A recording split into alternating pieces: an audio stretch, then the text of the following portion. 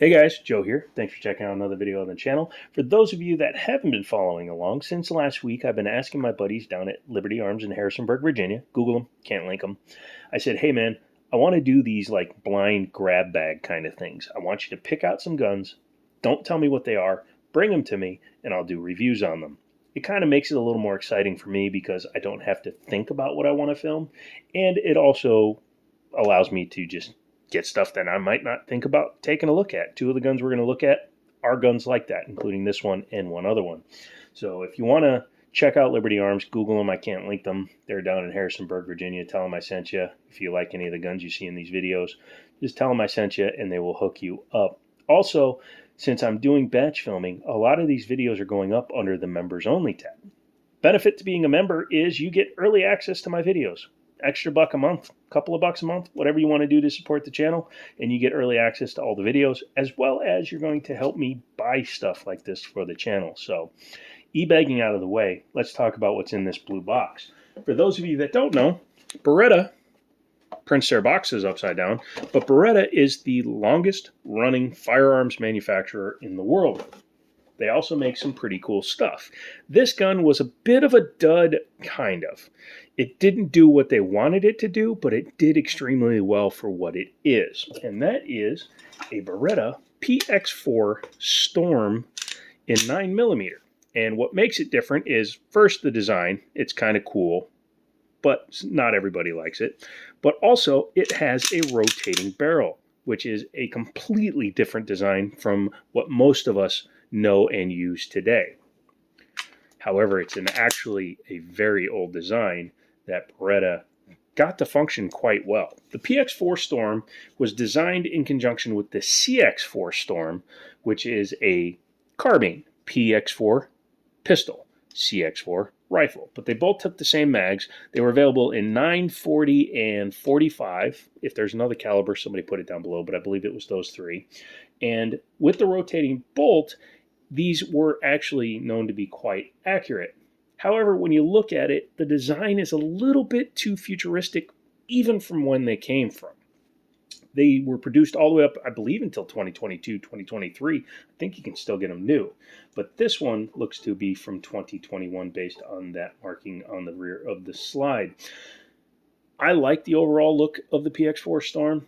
Again, it's polarizing to some people because of the extreme cut there, but I like the grip angle. If you saw my video on my Berretta 90-2, which I sold to a customer from Middletown, you will know that they kind of did the same overall design idiom to the Berretta 92. I almost called it a Berretta and just left it at that. Everybody knows a Berretta is just an M9. But yeah, the 90-2 was a Berretta 92 that they gave this same design idiom to. I think they were testing out, like taking the whole lineup and doing that with it. And it failed miserably, which is unfortunate. But it's fortunate for you in 2023 who are looking to buy stuff like this. Polymer frame, steel slide, like I said, rotating bolt, so no tilting locking action. Sorry, my alarm just set. It is double action to single action with a decocker. And my ear just popped, which is kind of cool. And we will be taking a look at that in just a second. Let's look in the box. This one has 4 mags in it. However, one of them appears to be from California, because it's a 10-rounder. The rest of them are 17-rounders. So, yeah, if you want to pretend you're from a state that doesn't like guns, you can always run that guy. A couple of extra back straps. These change out by knocking out one roll pin. We won't be doing that in today's video, but if you do that, you get a completely different feel because you can get an extended beaver tail. Pretty nice. You also have, looks to be a bit of a bigger hump here on the back, which is, again, very nice. You get a Berretta branded lock. Not a lot of companies like my Dan Wesson, like this guy right here. Yeah, I keep it in a bucket with ammo. Shut up. But this guy came with just a plain old red lock. Didn't even say Dan Wesson on it. Come on, guys. $2,000 and you don't even give me a cool-ass lock? That was never going to come out of the package. As I said earlier, it's chambered in 9x19. This one has a high-vis night sight front sight. It's a True Glow, so it's definitely aftermarket. and they left the white sights in the rear. Not 100% sure why they did that. Maybe they are a point shooter, or they figured they only needed the night sight in the front. These might be luminescent, which means you hit them with light and they will glow a little bit. But if you're carrying for self-defense, I can understand only having the front be a night sight, because really, if you're engaging with somebody far enough where you have to get a full sight picture, that's a little bit more extreme, and you're probably not at night anyway. I like how the mags fit flush in here, even the 17 rounders, and they are drop free because thankfully this gun is capable of firing without the magazine. I hate magazine disconnects. They are the work of the devil. They should bury them with onions, because God buried those for a reason too. Has a apparently reversible magazine release. I've never tried it on this gun. Has a single-sided slide lock slide release. Oh, he dropped on an empty. Oh my God. You can do it a few times, kids. It's not going to break it once or twice. And if it does break it once or twice, you should probably not be buying that gun, because it's probably a Sky. I like the finish on it. Has rear and front slide serrations. Has a big cutout here for the extractor area, so you could grab it up here. I'm not a fan of slide mounted safeties, just because it's too easy to put them on safe on some guns, like a Berretta 92. If you're just grabbing it, you could set it to safe. However, this one is angled up and spring loaded, so it's really hard to accidentally hit. For example, grabbing it, you actually grab it underneath the safeties, and when you pull back, you're leaving it on fire.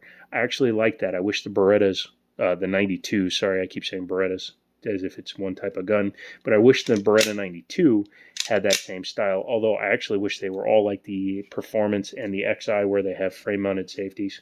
Has takedowns like a Glock, which we will check out a little bit later. Has a somewhat crowned barrel, however, it's not flush fit, so yeah. Although, to be fair, the whole thing moves with it, so yeah, you can easily push that out of battery. Sorry, I was going to say that it's not as easy to push it out of battery, but you can easily push it out of battery. This big sloped rear on the gun does reduce your sight picture quite a bit, because it takes over an inch away from the overall length of the gun. However, it does make for a smoother rear, so less chances of snagging it when drawing the gun, would be my assumption. Really big trigger guard, so you can get your fingers in there, and if you're wearing big gloves, you can get in there and hit that trigger. Single slot rail up front, however, it is flat and pick railish. I don't have something just sitting here, otherwise I'd throw it right on. Single slot does make it a little bit more complicated, but I would bet a lot of the Glock accessories that fit on the single rail Glock rails will probably work with this gun.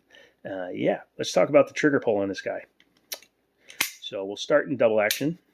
It's not spring loaded, although it is spring assisted. Some guns, when you decock it, will automatically go back into fire. This one will stay on safe. However, it doesn't really mean anything, because, you know, gun's in double action mode anyway.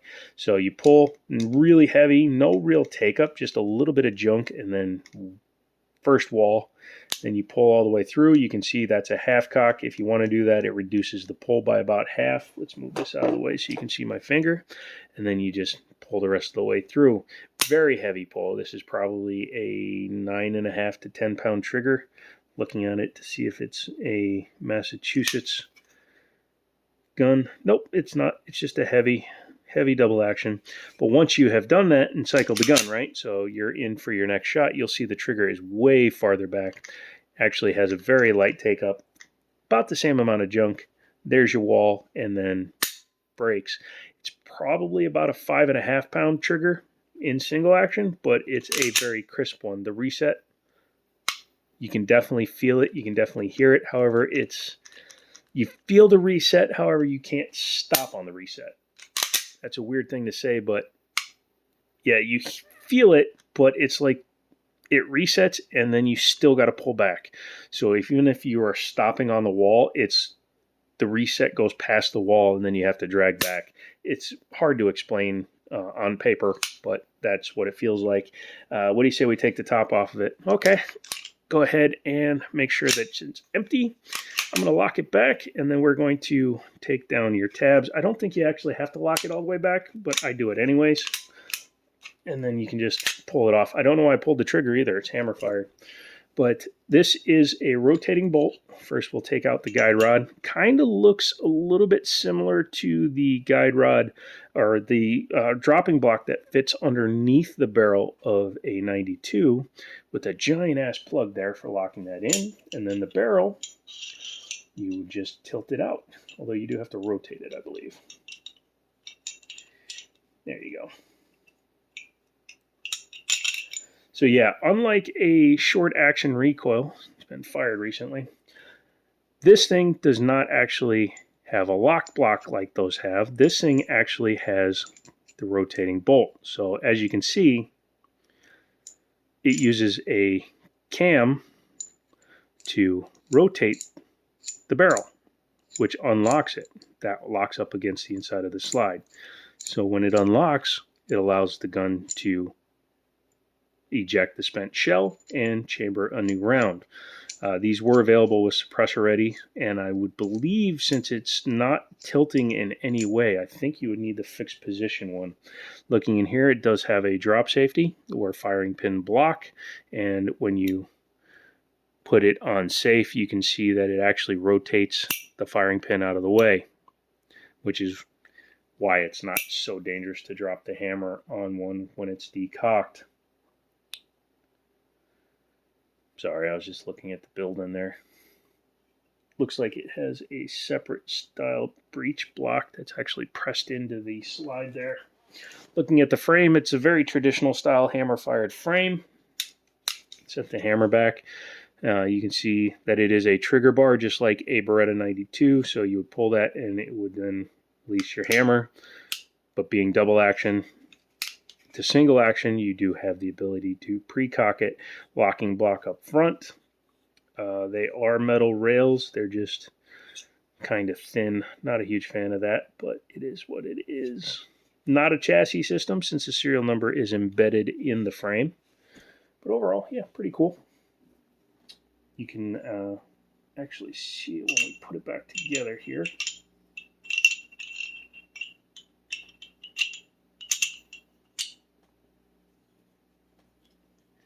Sorry, you got to put it in the right angle, otherwise the chamber won't line up.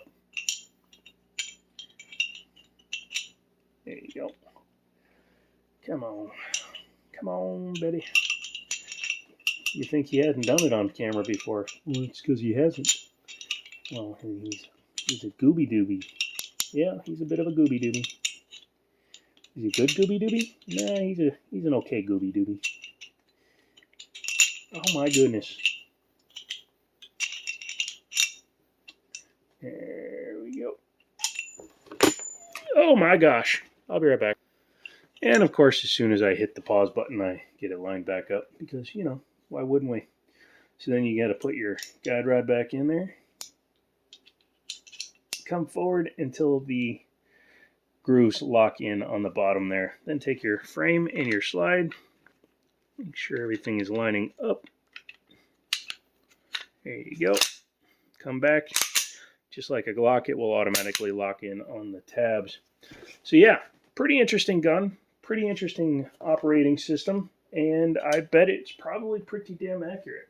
I would really like to buy one for the channel. So if you guys would like to see that happen, maybe consider becoming members, leaving me a super thanks, buying me a pigeon, or you can just call down to Liberty Arms and say, hey man, I want to buy that for Joe. Then you can pay for it, and I'll go down and do the paperwork.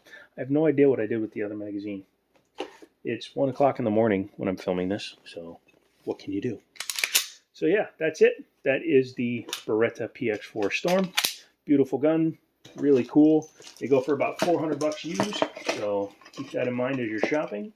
And come back for the next video, because I think the next one will be a big-ass 10mm SIG 320. So come back for that. Leave me a comment. Let me know what you think. Put Storm in the comment.